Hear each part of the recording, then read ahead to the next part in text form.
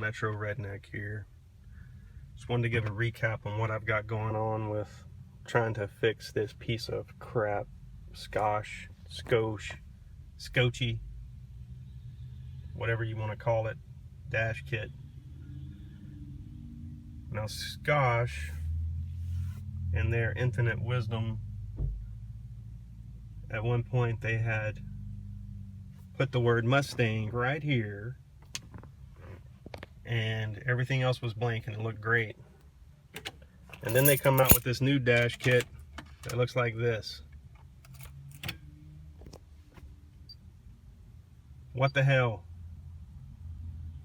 I don't even have a DVD in my car. Why does it gotta say DVD? It's stupid. Apparently they got sued for having a trademark logo there in the center of the dash, so I fixed it. See? Still working on getting rid of this DVD part, but unfortunately I don't have my factory radio anymore. It's also silly that you're got this screen up here with nothing in it because you put a radio in that came with features that should have been available in 2010.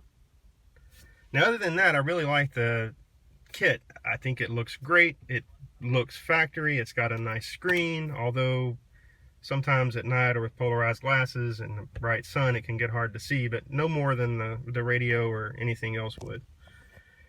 So I set out to try to figure out how can I do something with this screen up here, and this video is not to explain all that. I'll make another video where I go into detail on that, but essentially I want to be able to write stuff here and get rid of this DVD text. So I set out making a here, a couple of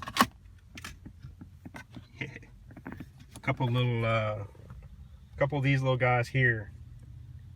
It's a microcontroller, and I built a transceiver board for the CANBus that straps on the bottom of it.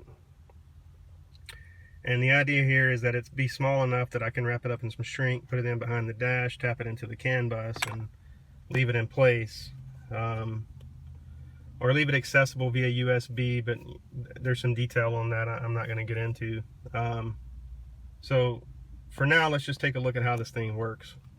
I've got this OBD2 connector wired up to one of my CANBus microcontrollers. That's it. And I'm going to plug this into my OBD2 port and show you what it does. You can see here, it's all I have connected is my CANBus high and low signal, and then I've got 12 volt coming straight out of the OBD2 port as well as ground, and on the CAN transceiver there, it actually is fused, and it's got a little bit of, you know, it's a good unit. It's not gonna make your car catch on fire or anything like that, which is good, because that would be as stupid as writing the word DVD on your screen when you don't have a DVD. I'm gonna go ahead and plug him in down here in my OBD2 port. Don't know if you can see that, probably not. I'm trying to do this in the parking lot at work. And it's, you know, I got a blue light, let you know it's on, just because I wasn't real sure how it was gonna work. So anyway, it's on. So what this unit's gonna do is it's gonna hop on the bus, join the bus, start listening, and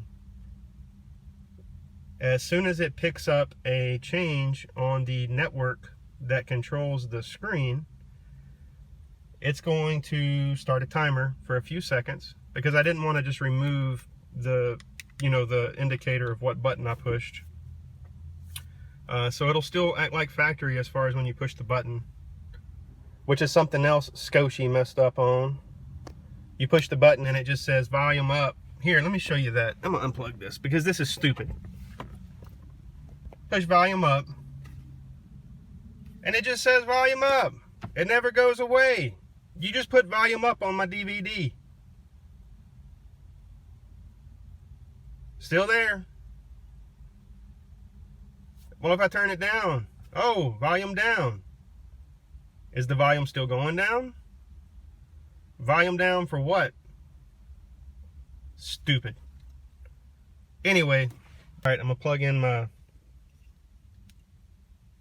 wire again, my controller. All right, so here he is. He's going on the CANBus. He's gonna hop on there and he's gonna start doing his thing, little program they got running on there.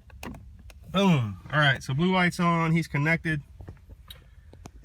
Here we go. We got my screen. Oh, what's that? That's right, baby. Sit down, shut up, and hang on. This bitch is bad. Let's talk about what it's doing for a second. I'll make another video later, maybe give some more detail on one of the forums about what I did and how I got this thing working. So what happens is it hops on the CANBus and it immediately attempts to transmit the stupid train. Anyway, it hops on the network and it reads the EEPROM on the microcontroller, and it takes whatever string is in the EEPROM that I stored, and it injects that over to the CANBus into the command that control this. Now, that is a bitch. High-speed CAN is actually pretty easy to work with. It's decently documented. You know, there's a lot of information on the internet. People are looking at high-speed CAN all day. This isn't high-speed CAN. This is the MCAN, or the medium-speed CAN, that Ford uses for all your things like pushing buttons on your steering wheel controls, or, you know, Scosche, who could have done a real good job with this and just failed.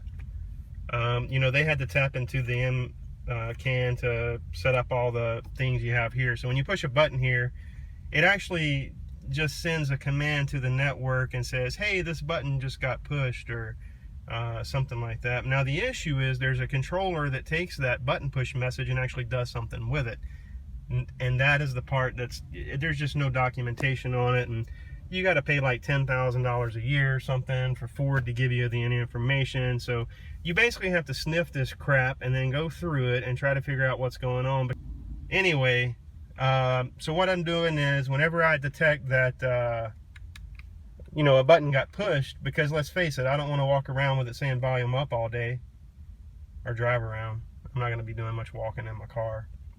But when you push volume up, it detects that this button was pushed, or if you do anything that, you know, changes the screen there, it monitors the CANBus for that signal, and then when it finds that signal, it says, oh, you don't want to see that all day. Let me take the string that you stored in the EEPROM, and shove that back out to your screen. And so that's what we got. I push volume up, it says volume up for a few seconds, and then it puts in what I want it to say. Volume down, says what I want for a few seconds, and then it puts in what I want it to say.